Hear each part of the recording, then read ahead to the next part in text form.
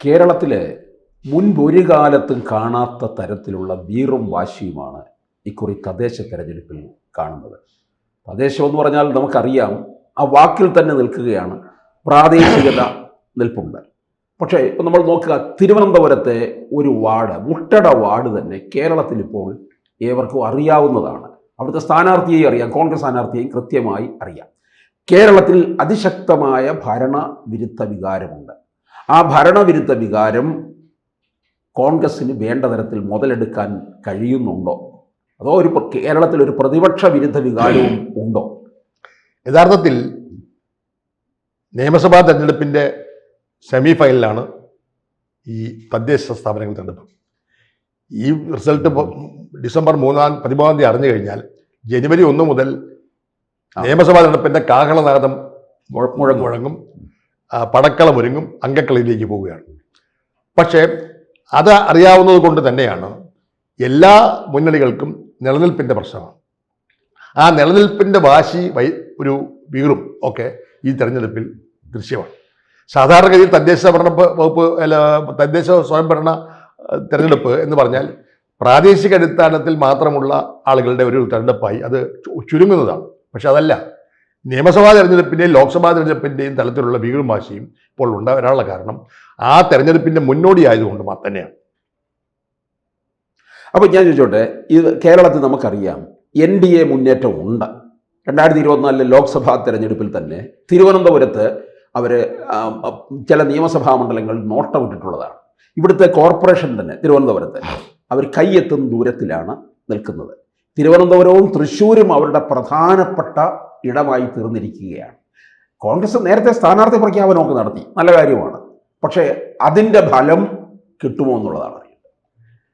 BJPയുടെ വളർച്ച ഏറ്റവും അധികം ഉണ്ടായ ഒരു സ്ഥലം തിരുവനന്തപുരം നഗരമാണ്.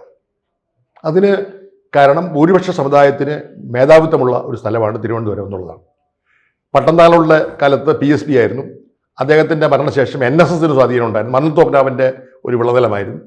പിന്നീട് K. കരുണാകരൻ MP ആയിരുന്നു ഇവിടെ. അങ്ങനെ ആധിപത്യം ഉണ്ടായിരുന്നു. പക്ഷേ അതിനുശേഷം ക്രമേണ കേരളത്തിൻ്റെ തലസ്ഥാനം ഭൂരിപക്ഷ സമുദായത്തിൻ്റെ ഒരു കേന്ദ്രം എന്ന നിലയിൽ സാമുദായിക അടിസ്ഥാനത്തിലുള്ള ഒരു ഭിന്നിപ്പ് കേരള രാഷ്ട്രീയത്തിൽ ഉണ്ടായപ്പോൾ അതിൻ്റെ പ്രതിധ്വനി ആദ്യം മുഴങ്ങിയത് തിരുവനന്തപുരത്താണ്. അതുകൊണ്ടാണ് കേരളത്തിൻ്റെ ആദ്യമായി തിരുവനന്തപുരം നഗരത്തിലുള്ള ഒരു മണ്ഡലത്തിൽ നേമത്ത് O. രാജഗോപാൽ എന്ന BJP സ്ഥാനാർത്ഥി ജയിച്ചത്. അത് BJPയുടെ മാത്രം നേട്ടമല്ല, O. രാജഗോപാലിൻ്റെ വ്യക്തിപരമായ ഒരു മേന്മ കൂടിയാണ്. പക്ഷേ ഒരു ത്രികോണ മത്സരം എന്ന പ്രതീതി കഴിഞ്ഞ 2 തെരഞ്ഞെടുപ്പുകളിൽ തിരുവനന്തപുരത്ത് ഉണ്ടായി. പക്ഷെ അങ്ങനെയല്ല, മറ്റെല്ലാ സ്ഥലങ്ങളിലും ഇപ്പോഴും LDF UDF എന്നുള്ള മത്സരമാണ്. പക്ഷെ തിരുവനന്തപുരത്തെ പ്രധാനപ്പെട്ട സ്ഥലങ്ങളിലുണ്ടായി. മാത്രമല്ല, കുറേ വർഷങ്ങളായി തിരുവനന്തപുരം കോർപ്പറേഷൻ CPMൻ്റെ കുത്തകയാണ്. പക്ഷേ അസംബ്ലി തെരഞ്ഞെടുപ്പ് കോൺഗ്രസിൻ്റെയാണ്. ലോക്സഭാ തെരഞ്ഞെടുപ്പിൽ വൻപിച്ച ഭൂരിപക്ഷത്തിൽ എപ്പോഴും ജയിക്കുന്നത്. വളരെ അപൂർവ അവസരങ്ങൾ മാത്രമേ LDF ജയിച്ചിട്ടുള്ളൂ. പക്ഷേ ഒരു 40 വർഷത്തിലേറെയായി തിരുവനന്തപുരം നഗരം LDFൻ്റെ കുത്തകയാണ് കോർപ്പറേഷൻ. നിയമസഭയിൽ മാറിയും തിരിഞ്ഞും വരും. തിരുവനന്തപുരം നഗരം മാറിയും തിരിഞ്ഞും വന്നിട്ടുണ്ട്. പക്ഷേ ലോക്സഭ അങ്ങനല്ല. ലോക്സഭ കോൺഗ്രസിൻ്റെ കുത്തകയായിരുന്നു. കഴിഞ്ഞ ലോക്സഭാ തെരഞ്ഞെടുപ്പിൽ മാത്രമാണ് ശശി തരൂർ അല്പം വേർത്തുകൊണ്ടാണ് ജയിച്ചത്. സാധാരണഗതിയിൽ ഉണ്ടാകുന്ന ഒരു മുന്നേറ്റം ഉണ്ടായില്ല. അപ്പം അവിടെ 2ാം സ്ഥാനത്ത് BJP വരികയാണ്, LDF 3ാം സ്ഥാനത്ത് പോവുകയാണ്. എന്ന് വെച്ചാൽ LDF തിരുവനന്തപുരം ദുർബലമായെന്ന അർത്ഥത്തിലല്ല. അപ്പോൾ ആ ഒരു പ്രൊപ്പോർഷൻ വെച്ച് തിരുവനന്തപുരം നഗരത്തിൽ BJP അധികാരത്തിൽ വന്നേക്കുമെന്ന ഒരു പ്രതീതി ജനിപ്പിക്കാൻ അവർക്ക് ആദ്യം കഴിഞ്ഞിരുന്നു. കാരണം കഴിഞ്ഞ 2 തദ്ദേശ കോർപ്പറേഷൻ തെരഞ്ഞെടുപ്പിൽ BJPക്ക് കോൺഗ്രസിനേക്കാൾ മുന്നോട്ട് വരാൻ കഴിഞ്ഞു എന്നുള്ള സത്യമാണ്. പക്ഷേ കഴിഞ്ഞ തവണ ഒരു 50-ലധികം സീറ്റ് നേടി LDF ആധിപത്യം പുലർത്തി. ഇന്നിപ്പോൾ കണ്ടുപിടിക്കുന്ന ഒരു സംഭവം എന്നുണ്ടെങ്കിൽ LDFൻ്റെ ആധിപത്യവും BJPയുടെ ആധിപത്യവും ഒരുപോലെ താഴ്ത്തു പോവുകയാണ്. അതിന് കാരണം ഭരണവിരുദ്ധ വികാരം തന്നെയാണ്. ഇവിടെ തിരുവനന്തപുരം ഭരണ സ്ഥിരാകേന്ദ്രമല്ലേ, അത് ഭരണവിരുദ്ധ വികാരത്തിൻ്റെ അലയളി ഏറ്റവും ഉള്ളത് തിരുവനന്തപുരത്താണ്. അപ്പോൾ തിരുവനന്തപുരത്തെ കോർപ്പറേഷൻ വാർഡുകളിലെല്ലാം ഭരണവിരുദ്ധ വികാരം ശക്തമാണ്. അതേസമയം BJPക്ക് ഒരു മേൽക്കൈ ഉണ്ടായിരുന്നത് തകർന്നുകൊണ്ടിരിക്കുകയാണ്. അതിന് കാരണം കോൺഗ്രസിൽ നിന്നും കഴിഞ്ഞ ഒരു 10-15 വർഷമായി വിട്ടുപോയ ഹിന്ദു വിഭാഗം കോൺഗ്രസിലേക്ക് മടങ്ങി വരുന്നു എന്ന് നിസ്സംശയം പറയാൻ കഴിയും. അതാണ് BJPയുടെ ശോഷണത്തിന് കാരണം. എന്ന് വെച്ച് കോൺഗ്രസ് ഇവിടെ അങ്ങ് ജയിച്ചു കളയും എന്നൊന്നും ഞാൻ പറയുന്നില്ല. എങ്കിലും കേരളത്തിൽ തിരുവനന്തപുരത്ത് കഴിഞ്ഞ 2 തെരഞ്ഞെടുപ്പുകളിലും താഴോട്ട് പോയ, കഴിഞ്ഞ തവണ 10 സീറ്റാണ് കിട്ടിയത്, അതിൽ നിന്നും വളരെ മുന്നോട്ട് പോകും. വളരെ മുന്നോട്ട് പോകുമ്പോഴത്തേക്കും ആ മുന്നേറ്റം ഏത് അതിർത്തി വരുമെന്ന് പറയാൻ കഴിയാത്ത അവസ്ഥയിലാണ്. എന്തായാലും അഭൂതപൂർവമായ ഒരു വിജയമാണ് തിരുവനന്തപുരം നഗരത്തിൽ കോൺഗ്രസിന് ഉണ്ടാകാൻ പോകുന്നത്. അല്ല, ഈ കോൺഗ്രസിൽ നിന്ന് അകന്ന ന്യൂനപക്ഷമാണ് ക്രൈസ്തവരും അല്ലേ? അവര് പിന്നെ BJP-യോട് ചേർന്നിട്ടില്ലേ? അത് വെറുതെയാണ്. ക്രൈസ്തവർ എന്നും മഹാഭൂരിപക്ഷവും കോൺഗ്രസിനോടൊപ്പം നിന്ന കാലമാണ് പണ്ട് മുതൽ. പക്ഷേ നിയമസഭാ തെരഞ്ഞെടുപ്പുകൾ, കഴിഞ്ഞ 2 തെരഞ്ഞെടുപ്പുകളിൽ LDF-ലേക്ക് കുറെ ക്രൈസ്തവർ മാറി എന്നുള്ള സത്യമാണ്. മുസ്ലിം സമുദായത്തിൽ നിന്നും കുറെ പേരും LDF-ലേക്ക് പോയി. ആ പോയ ന്യൂനപക്ഷങ്ങൾ ലോക്സഭാ തെരഞ്ഞെടുപ്പിൽ മൊത്തമായി തിരിച്ചു വന്നു. ലോക്സഭാ തെരഞ്ഞെടുപ്പിൽ തിരിച്ചു വന്ന ക്രൈസ്തവരും മുസ്ലിങ്ങളും ഈ തദ്ദേശ സ്വയംഭരണ തെരഞ്ഞെടുപ്പിലും കോൺഗ്രസിനോടൊപ്പം ഉണ്ടാകും. അതേസമയം ക്രൈസ്തവർ ഈ BJP-ക്കെതിരെ കൂടെ പോകുന്നു എന്നുള്ളത് തെറ്റായ പ്രചരണമാണ്. അത് സുരേഷ് ഗോപി ജയിച്ചപ്പോൾ സുരേഷ് ഗോപിക്ക് വ്യക്തിപരമായ ഒരു കരിസ്മ കൊണ്ട് തൃശ്ശൂർ നഗരത്തിലും പ്രാന്തപ്രദേശങ്ങളിലും ക്രൈസ്തവരുടെ പിന്തുണ കിട്ടി. അത് തീർച്ചയാണ്. സുരേഷ് ഗോപിക്ക് മാത്രമായി ഉണ്ടായ പ്രതിഭാസമാണ്, പക്ഷെ മറ്റിടത്തും ഉണ്ടായില്ല. തിരുവനന്തപുരം നഗരത്തിൽ എന്തായാലും ക്രൈസ്തവർ വോട്ട് എന്നുണ്ടെങ്കിൽ BJP-ക്ക് നാമമാത്രമായ ചില വോട്ട് കിട്ടുമെന്നല്ല, അതിനപ്പുറം ഒന്നും കിട്ടാൻ പോകുന്നില്ല. അതുകൊണ്ട് എന്ന് വെച്ച് BJP-ക്ക് ഭൂരിപക്ഷ പിന്തുണ ഇല്ല എന്ന് ഞാൻ പറയുന്നുമില്ല. അപ്പോൾ BJP-ക്ക് ഉണ്ടായ അത്ഭുതകരമായ ക്രമാതീതമായ ഒരു വളർച്ചയിൽ നിന്ന് താഴോട്ട് ഗ്രാഫ് പോകുന്ന കാഴ്ചയാണ് ഇപ്പോൾ കണ്ടുകൊണ്ടിരിക്കുന്നത്. അല്ല, പാർലമെന്റില് അത് തൃശ്ശൂരില് സുരേഷ് ഗോപിക്ക് മാത്രമായിട്ട് കിട്ടിയ പ്രത്യേകത കൊണ്ടാണ് അത്രയും വോട്ടെന്ന് പറയുന്നുണ്ട്. അങ്ങനെയാണെന്നുണ്ടെങ്കിൽ ഈ തദ്ദേശ തെരഞ്ഞെടുപ്പിൽ തൃശ്ശൂരിലെ BJP വലിയ ഉന്നം വച്ചിരിക്കുന്ന ഇടമാണ്, തിരുവനന്തപുരം പോലെ തന്നെ. അപ്പോൾ അതിന് കാരണം തിരുവനന്തപുരത്ത് O. രാജഗോപാൽ നേമത്ത് ജയിച്ചപ്പോൾ നേമത്ത് പിന്നീട് സ്ഥിരമായി BJP ജയിക്കുമെന്ന് സ്വപ്നം കണ്ടില്ലേ? അടുത്ത 2 തെരഞ്ഞെടുപ്പിൽ BJP ജയിച്ചില്ലല്ലോ. തൃശ്ശൂർ എന്ന് പറയുമ്പോൾ LDF-നും UDF-നും ഒരുപോലെ വളക്കൂറുള്ള മണ്ണാണ് തൃശ്ശൂർ ജില്ല. അതിന് കാരണമുണ്ട്, സാമുദായികമായ കാരണങ്ങളുണ്ട്. കാരണം LDF-ന്റെ CPM-ന്റെ ശക്തി കേന്ദ്രങ്ങളായ കർഷക തൊഴിലാളി മേഖലയും അതുപോലെ തന്നെ തൊഴിലാളി മേഖലയെല്ലാം അടങ്ങിയ ഒരു പ്രദേശമാണ്. CPI-ക്കും ഉണ്ട്. കമ്മ്യൂണിസ്റ്റ് കേന്ദ്രങ്ങളൊന്നാണ്.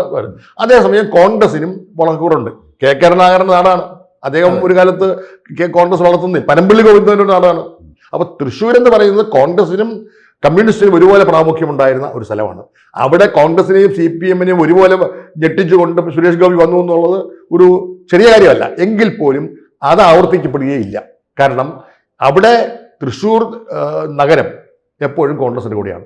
ഒരിക്കൽ K. കരുണാകരൻ വിമോചന 57 തോറ്റൊഴിച്ചാൽ പിന്നീട് ധർമ്മരാജന് ജയിച്ചു, പിന്നീട് തേറമ്പൻ രാമകൃഷ്ണൻ തുടർച്ചയായി ജയിച്ചു, പത്മജ വേണുഗോപാൽ ദൗർഭാഗ്യവശാൽ ചെറിയ വോട്ടുകൾക്ക് തോറ്റു എന്ന് മാത്രമേ ഉള്ളൂ. ഞാൻ വിശ്വസിക്കുന്നത് ഇത്തവണത്തെ തദ്ദേശ തെരഞ്ഞെടുപ്പിൽ തൃശ്ശൂർ കോർപ്പറേഷൻ തീർച്ചയായും UDF-ന് കിട്ടും. അത് തീർച്ചയാണ്, ഒരു സംശയം വേണ്ട. അതേസമയം മറ്റു സ്ഥലങ്ങളിൽ പഞ്ചായത്തുകളെ സംബന്ധിച്ചാണെങ്കിൽ പല സ്ഥലങ്ങളിലും UDF-ന്റെ സ്ഥിതി കഴിഞ്ഞ തെരഞ്ഞെടുപ്പിനേക്കാൾ വളരെ മെച്ചപ്പെടുന്നൊരവസ്ഥ തൃശ്ശൂരുണ്ടാകും. ചുരുക്കം പറഞ്ഞാൽ കോർപ്പറേഷൻ തെരഞ്ഞെടുപ്പുകൾ ആണെങ്കിൽ ഇപ്പോൾ 6 കോർപ്പറേഷനാണ് കേരളത്തിലുള്ളത്. ഈ 6 കോർപ്പറേഷനുകളിൽ എറണാകുളവും കണ്ണൂരും മാറി മാറി വരുന്ന കോർപ്പറേഷനാണ്. തിരുവനന്തപുരം കുത്തകയാണ്. അതുപോലെ തന്നെ മുനിസിപ്പാലിറ്റി ആയിരുന്ന കാലഘട്ടത്തിൽ പലപ്പോഴും നമ്മുടെ കൊല്ലവും ജയിച്ചിട്ടുണ്ട്. തൃശ്ശൂർ കോൺഗ്രസിന് ആയിരുന്ന സ്ഥലമാണ്. അപ്പം ഞാൻ ഉറച്ചു വിശ്വസിക്കുന്നത് 6 കോർപ്പറേഷനിൽ 3 എണ്ണം, അതായത് കണ്ണൂരും തൃശ്ശൂരും എറണാകുളവും കോൺഗ്രസിന് കിട്ടും. ബാക്കി 3 എണ്ണത്തിൽ ഒരെണ്ണമെങ്കിലും ഇത്തവണ കോൺഗ്രസിന് കിട്ടും. അതാണ് സത്യം. അല്ല, 2019 നമുക്കറിയാം ശബരിമല വിഷയം ഉണ്ടായിരുന്നു. അതിന്റെ ഗുണഭോക്താക്കളായിട്ട് കോൺഗ്രസ് മാറി. 2025 തദ്ദേശ തെരഞ്ഞെടുപ്പിലും ശബരിമല വിഷയം നിൽക്കുന്നു. മറ്റൊരു വിഷയമാണ് പ്രധാനപ്പെട്ട വിഷയം. അതിന്റെ ഗുണഭോക്താക്കളായിട്ടും കോൺഗ്രസ് മാറും. കഴിഞ്ഞ തെരഞ്ഞെടുപ്പിൽ ഉണ്ടായത് വിശ്വാസ സംരക്ഷണത്തിന്റെ പ്രശ്നം. അതായത് സുപ്രീം കോടതി വിജയത്തെ സംബന്ധിച്ച് സ്ത്രീകൾ കയറണോ വേണ്ടേ എന്നുള്ള സംബന്ധിച്ചുള്ള കാര്യമായിരുന്നു. ഇപ്പം അതല്ല, വിശ്വാസ സംരക്ഷണമല്ല, സ്വർണ്ണ കൊള്ളയാണ്. വിശ്വാസികളുടെ സ്വത്ത് മുഴുവൻ കൊണ്ടുപോകുന്ന വിശ്വാസികളുടെ സ്വത്ത് എന്ന് പറയാൻ പറ്റില്ല. ശബരിമല സ്വത്ത് എന്ന് പറഞ്ഞാൽ ദേവസ്വം എന്ന് പറഞ്ഞാൽ ദേവസ്വം ബോർഡ് കേരള സമൂഹത്തിൻ്റെതാണ്. അത് ഹിന്ദുക്കളുടെ മാത്രം സ്വത്തല്ല, കേരളത്തിന്റെ പൊതു സ്വത്താണ്. അതായത് ദേവസ്വം ബോർഡ് ഉണ്ടായത് തന്നെ ദേവസ്വം ഭൂമിയും ദേവസ്വം ക്ഷേത്രമൊക്കെ രാജകുടുംബം ഗവൺമെന്റാണ് കൈമാറിയത്. ഗവൺമെന്റ് നടത്തുന്ന സ്ഥാപനമാണ്. ദേവസ്വം ബോർഡിന്റെ അവിടുത്തെ ശമ്പളം കൊടുക്കുന്ന ആരാ? സർക്കാരാണ്. അപ്പൊ കേരളത്തിന്റെ സർക്കാരിന്റെ ഖജനാവിലെ പണം അല്ലെങ്കിൽ സർക്കാരിന്റെ സ്വത്ത്, സ്വർണം ഉൾപ്പെടെയുള്ളത് കൊള്ളയടിച്ചു. അത് ഒരു വലിയ ഖജനാവ് ഉള്ള പോലെ തന്നെയാണ്. അപ്പൊ ഏറ്റവും വലിയ ഒരു അഴിമതിയാണ്. ആ അഴിമതിക്കെതിരായി കേരളത്തിലെ മുഴുവൻ ജനങ്ങൾ, ഹിന്ദുക്കളും വിശ്വാസികളും മാത്രമല്ല, വിശ്വാസികളല്ലാത്തവരും ന്യൂനപക്ഷങ്ങൾ ഒരുപോലെ പ്രതികരിക്കുമെന്ന് ഞാൻ വിശ്വസിക്കുന്നു. കൂടുതൽ വാർത്തകളും വിശേഷങ്ങളും നിങ്ങളിലേക്ക് എത്താൻ ABC മലയാളം സബ്സ്ക്രൈബ് ചെയ്യുക, ബെൽ ബട്ടണും അമർത്തുക.